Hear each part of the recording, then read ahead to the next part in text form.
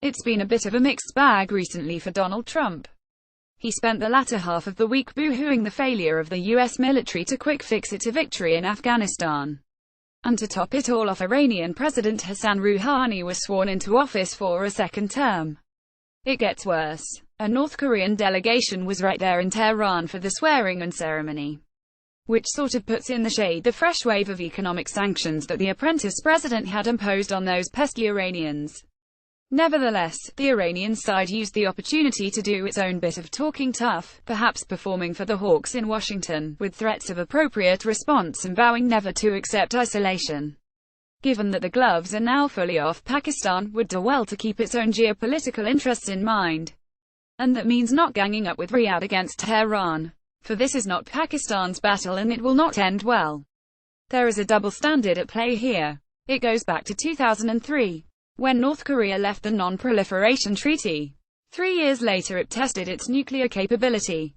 None of the tough talk in response to this provocation materialized into concrete action of any sort. During this same period, Iraq was invaded illegally and the regime there toppled on the basis of faulty intelligence of suspected chemical weapons. At the time, certain dissenters on the US think tank circuit felt that the Bush administration knew this to be a smoking gun, and that this is precisely why it went in. The warmongering against Iran has been going on for more than a decade. Thus, Pakistan should keep in mind that this relentless American belligerence may well suggest the absence of an active weapons program and that war is not as yet off the table.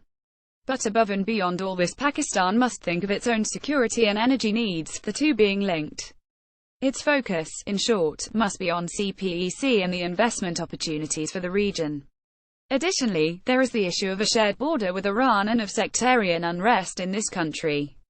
More recently, Tehran has accused Pakistan of harboring anti-Iran state elements launching cross-border attacks from this side. If Pakistan has the stomach for it, it should try and reassure Iran that the Islamic Alliance is not an anti-Shia military bloc. Though Islamabad might be hard-pushed to even convince itself of this.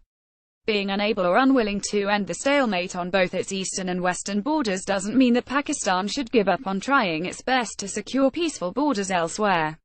Indeed, this would in itself be a goodwill gesture to both India and Afghanistan that we can be a partner for peace, if given a patient push in the right direction. And last but not least, such moves would send a strong signal to all the unquiet Americans that the era of US regional hegemony is on the wane. If this were to happen, we could pat ourselves on the back quietly, of course, for giving poor Donald Trump even worse weeks ahead. Published in Daily Times, August 6, 2017.